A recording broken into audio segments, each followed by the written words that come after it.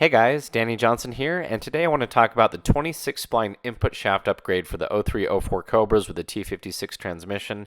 So 26 spline would be referring to how many teeth or splines there are on the shaft. Factory, there's 10. The aftermarket one is 26 spline. With this, you're going to also need to shim up the shaft, and I have a full video I can put in the video description of how that process is done. So typically you buy the shaft and a shim kit, but what I wanted to talk about today was some of the trouble that we've had with what input shafts are now on the market. Now you need this 26 spline input shaft so it will match the 26 spline clutch like this McLeod RXT. Now Tremec used to offer a shaft that worked for the 0304 Cobra because they don't all do, and it was part number TUFM6132. You could also find it from Liberty Gear or D&D, but there was always this controversy that it was just the Tremec shaft that was reboxed. There was also talk that one of the companies was actually using the GM shaft. They just had to shorten it or alter it so that it would fit for the 0304 Cobra. And so I did my best to try to track it down, and I didn't like the other ones that I'd find because they would use the exact same model number, but they would just put other numbers or letters in front of it to make it sound like it's the Tremec one. And I had to really dig deep to find out that it was or was not the real Tremec shaft, and a lot of time you're looking at what metal it's made of. The Tremec ones were made of 9310 steel, and then the newer ones are 8620, and you can almost tell by how they look. The newer 8620 metal is more of a silver color. But everywhere I looked, they came up with the white box that you see. And here's the shim kit that I bought. I tried really hard to find the actual Tremec shim kit. That was hard to track down, so I put a part number here that you can find as well. But in the end, that didn't even work with the shaft. So if you watch my install video, you'll see what I'm talking about. I was also very disappointed when I got the retainer sleeve. I'm ordering this all from a Tremec well-known distributor. I'm not going to say who they are, but I was very disappointed with their customer service because I noticed it didn't even have the O-ring on the bottom, which is part of the install. So I was very disappointed with them when I said, what do I do to get an O-ring? And they said, just reuse your old one. And I'm like, it's 20 years old, it's flat, there's no way I'm reusing that. And so I had to go dig one up and find it. And on top of that, what bothered me is I had paid for the extra seal, and so they had no problem sending me the seal that I already have in the back of the new one. So I got to pay for an extra $20 to have a replacement seal that it already comes with new. So their customer service was not great. I was not happy at all. But anyway, here's the white box that it came in. And if you look at review pictures and unboxing from other people, it seems like it's all the same white box. And the shaft looks identical, and it already has the bearing installed. And so the company, the Tremec distributor that I was ordering from, theirs showed it not installed because that's how it used to come from Tremec. And then you would have to have the bearing pressed on and have a shim under it. So in the end, my opinion is that these are all the same shaft no matter where you order them from. And as much digging as I did, looking at pictures and saying this must be the right one because there's no bearing installed and all that just isn't going to work. Whether it's Lethal Performance, Late Model Restoration, D&D, all of them that I've seen come in the same box and they look identical. Lightning Force Performance also had them for sale, and same white box, looks the same. There was one other from Fisher Motorsports that claimed it was still the original. It had the picture of the original Tremec one with the part number. I ordered it, and I waited weeks and didn't get a response, not even a shipping confirmation, and so I finally had to cancel the order. So as far as I could tell, it's not possible to find the original Tremec one. And so I thought, well, this is kind of my only option here is to make this one work and try shimming it up and see what happens.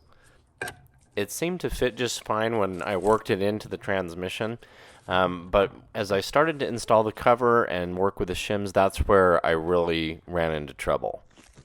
So the idea with the shim kit is you're changing how thick it is in the cover of the transmission so that that shaft is properly seated. And you'll know you have it either too tight and need to change the shimming, or it's too loose and wobbly. And so what I eventually found out, though, is that the distance basically from the bottom of the shaft to the top of the bearing was off on the new one. It was a little bit bigger, so that was making it so that it wasn't fitting with the regular shims that we would try to use. So every time we would put this together, it would come out so tight that you could almost not turn the shaft. A little bit too much binding in it.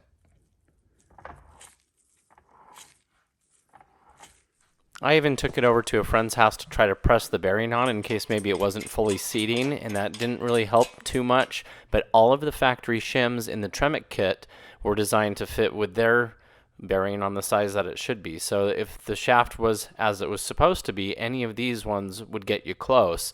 Any of these that I had put in made it so that they were too tight. So I had to go down in size, and there wasn't a smaller shim. So I kept going back and forth, and as you can see here, I mean, it wouldn't even move with the regular shim. So I had to find my old 8.8 inch carrier shims from the rear differential, because they have the same inner diameter. What I like about these is they were so much more fine that you could make combinations of different sizes. So all I would do is lay down the race over it, and as you see, it has the same inner diameter, so that was fine. I just had to trace that out with a marker, and then that's, get the thickness that I was looking for according to my calculations, and then take aviation snips and cut the outer diameter until it would fit down in the case. So I was able to get this to work to where it was right, but I was hoping that the input shaft gear wasn't now going to be too far in or out on the counter shaft gear. And it seemed like it worked out okay. I was able to get it shimmed up to where I felt comfortable with it after using all these different combinations and doubling some up. And so doing my math, I got it down right to where I felt like it was good. And sure enough, it would spin similar to how it was from the factory. So I was feeling pretty good about that. Tremec's end play spec is 0 to 2 thousandths, and you usually do it the transmission vertical, but I didn't want to mess anything else up, but we were there. So I got that good. It had a little bit of wobble in the nose, which is what it should have, and it spun to where it felt like it was okay. So I went ahead and moved forward with it. The shaft fit perfectly in the clutch. So I used it as the alignment tool to line up both of the twin disc clutch plates, and using some electrical tape on the tip of it so I wouldn't scar up where the pilot bearing will go. I was able to set the preload to this back to what I had from factory. So from the factory, it was 1/2 inch-pound of preload, or meaning if I turned this, it would take 1/2 inch-pound to turn the shaft.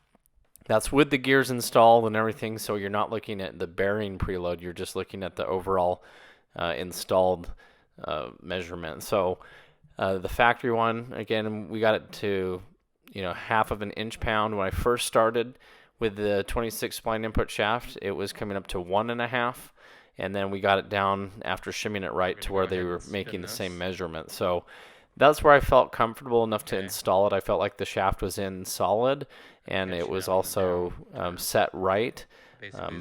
But in the end, I still came out with a little bit of gear runout noise in neutral. And I had other people message me saying they had the same thing. And so we're pretty sure it's either the shimming that we had to do to get it to fit right, and that gear is just, inside the transmission a little bit too tight or out a little too far. Either that, or it could be the different material that you're using. Another friend of mine who's very good with mechanics said that it could just be how the 26 spline input shaft was cut for the gear set. So it could be a few things, but I'll let you listen to what it sounds like here. But in the end, I was able to get that same measurements. Now I turned up the volume on the next clip, but what you're going to hear is the sound. Then you'll hear me push in the clutch, and the sound will go away. And then I'll let the clutch back out, and it will start again, and then I'll push it in, and it will disappear again.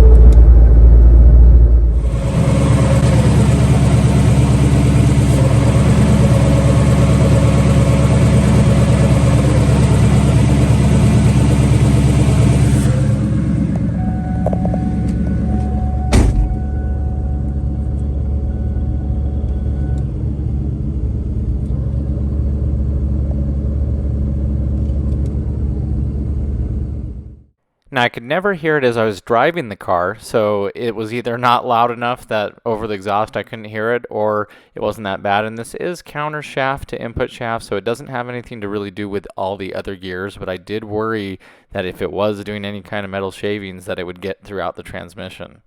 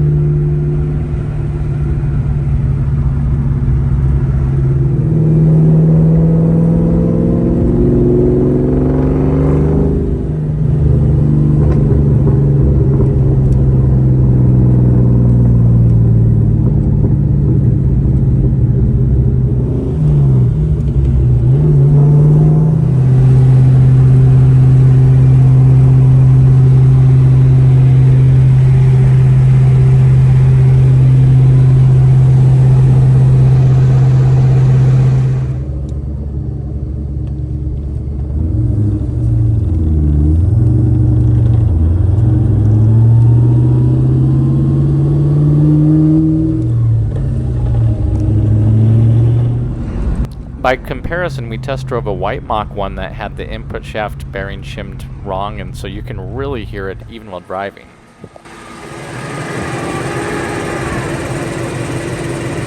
Back out. Yeah, definitely input shaft.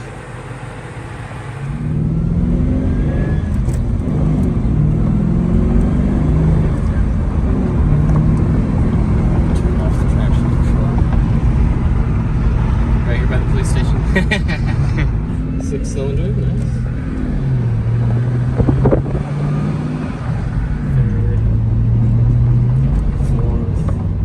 Now, driving around, it's completely unaffected. The car shifts just fine, and that should be because the gears are all farther back in the transmission. It's really the input shaft with the counter shaft is where this noise would be coming from, so it shouldn't affect anything else with shifting.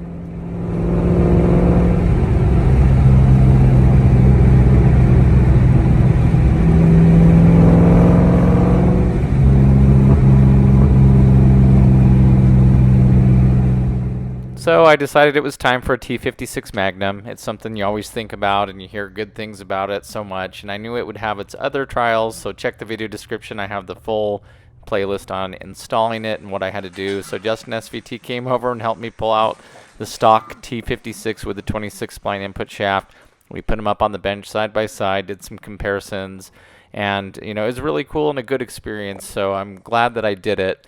And my main objective was to save this transmission before anything bad happened to it. So the way I figured it was already running perfectly as it was, so it doesn't hurt to take it out now, rather than drive it even for 20 years and then later find out that something was wrong. And so I was a little concerned about inside if that new input shaft was tearing up the counter shaft gear and leaving metal shavings and everything like that. So here's the new T56 Magnum going in, and went in pretty well. Had some minor trimming we had to do on the case itself. The clutch fork gave us a little bit of trouble. We had to clearance it out a little bit, but other than that, it was pretty straightforward. Smile for the camera. Smile for the camera. So on the stock T56 with the upgraded input shaft here, as I would turn it, it felt pretty smooth, but right where I put that tape line on the nose with some painter's tape, I'd get a little bit of drag. So I felt something that wasn't, exactly right there, and I think I had even seen that on the install. If you look at the old footage, you see where I wrote like binding right in that where that blue used to be too. Obviously, it wasn't installed with the blue painter's tape, but right when it would get there, I'd start to feel something, and obviously the gears are offset. It's not straight up, but I just wanted a reference point. So I think it was shimmed as proper as I could get it. However, as I was saying earlier, I don't know if having it shimmed this way to make it fit ended up making that gear a little too far forward or too far backward on the countershaft gear that it turns on. So my main concern was I wanted to open this up, investigate to make sure I didn't have metal shavings going throughout the transmission, because I just couldn't bear the fact of ruining a good 40,000 mile T56. So I figured it'd be better safe than sorry. And I could have taken it apart and looked at this first, but of course you want to put a Magnum in.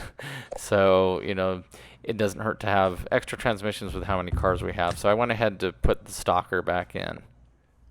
But in the end, I think it's the quality of this shaft, how it's machined, that it had, you know, some kind of high spot or something there right where it would contact and make that binding feeling.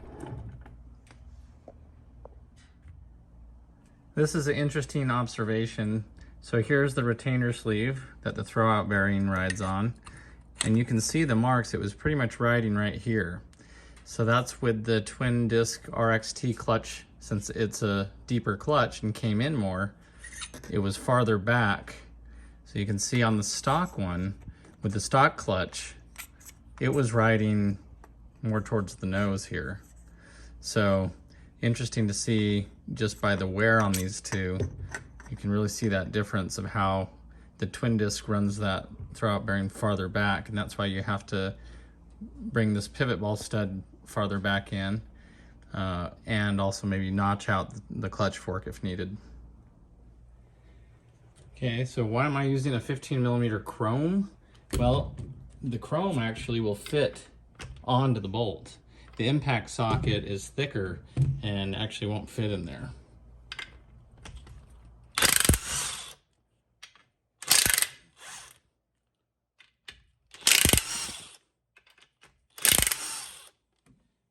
Set this input shaft with the line up here. That's where we were kind of feeling that resistance. Now that means the gears are probably going to be touching over here, not right at the top obviously, but that's where we have it marked for our reference. Okay, we removed all the bolts.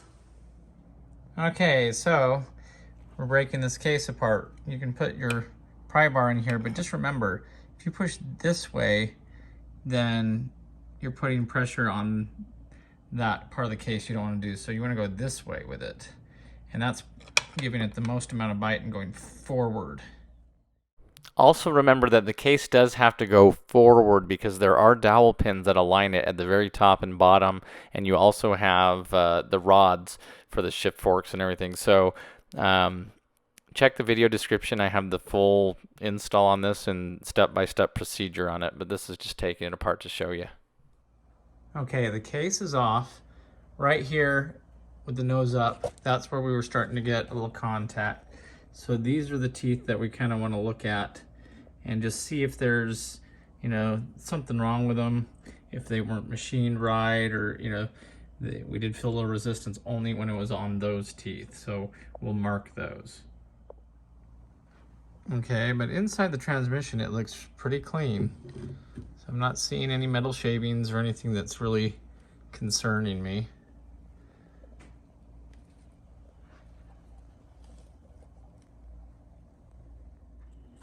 Okay, so I just took a Sharpie and drew on the teeth that could probably be affected here.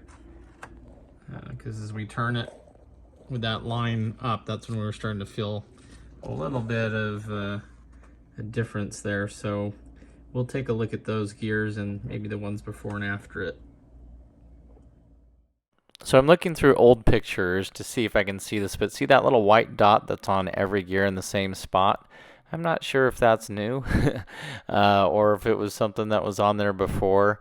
It's strange how it's across every gear right at the same spot, so it's not like one tooth or two teeth would, you know, be causing that possibly.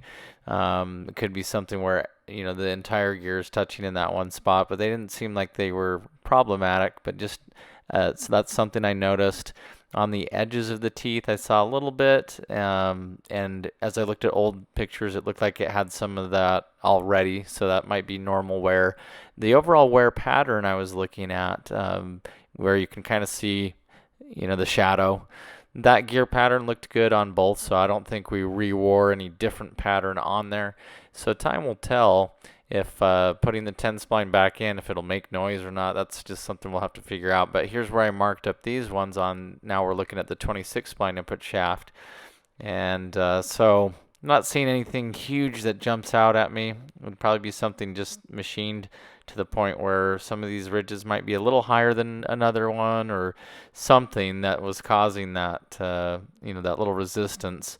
But I'm not seeing like a big chunk of metal or something that was, like pot metal or something on the surface. So anyway, I looked at these all up real close to try to see, and it looks good enough to run. I don't think there's anything too bad with it. So in the end, we might just try putting this transmission in to another Cobra at some point. I'd love to grab a roller that has a bad transmission and put this one to use or something. But looking around inside the transmission looked really good. No glitter everywhere, so just kind of cleaning it up right now and looking things over, feeling things out. Just looking at all the gear patterns and everything, and when I put it back together, it turned super smooth. All right, stock 10 spline in it, no hang up at all anywhere. So I think that other one is just cut with a defect in it, in the teeth somewhere, because this is smooth as glass.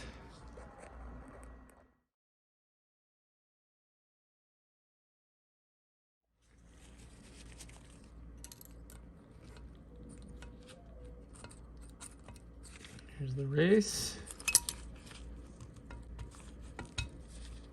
Okay. Factory shim. Back down. Okay, I'm gonna drop the factory race back down in here too.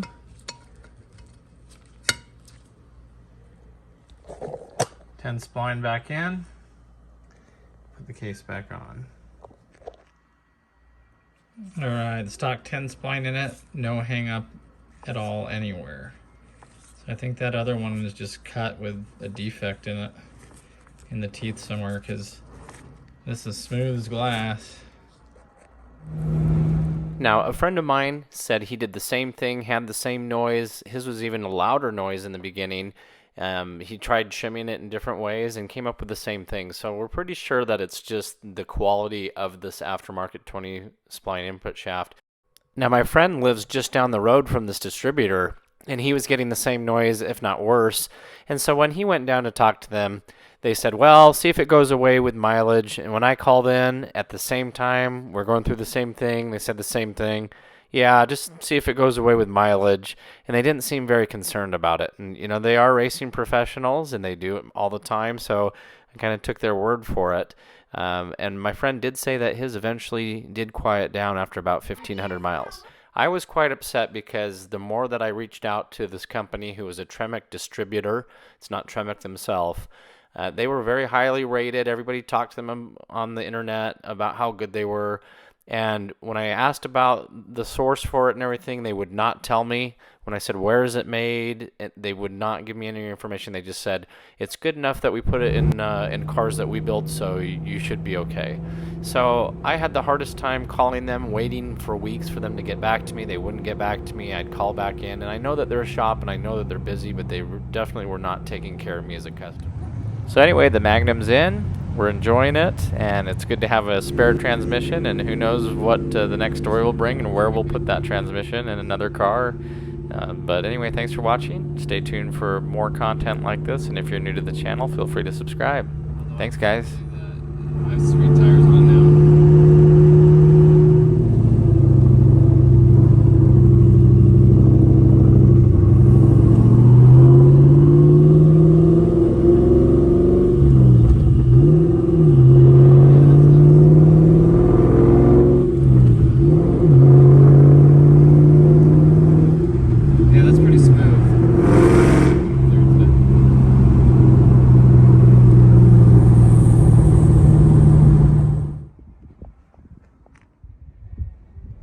T56 Magnum is in. McLeod RXT. We notched the clutch fork a little bit, and it has the adjustable pivot ball stud from McLeod. When we first put it in, the we still didn't have enough clearance. So the throwout bearing was touching the diaphragm fingers when we started to tighten the rest of the bolts down from the case to the bell housing. But it's good now.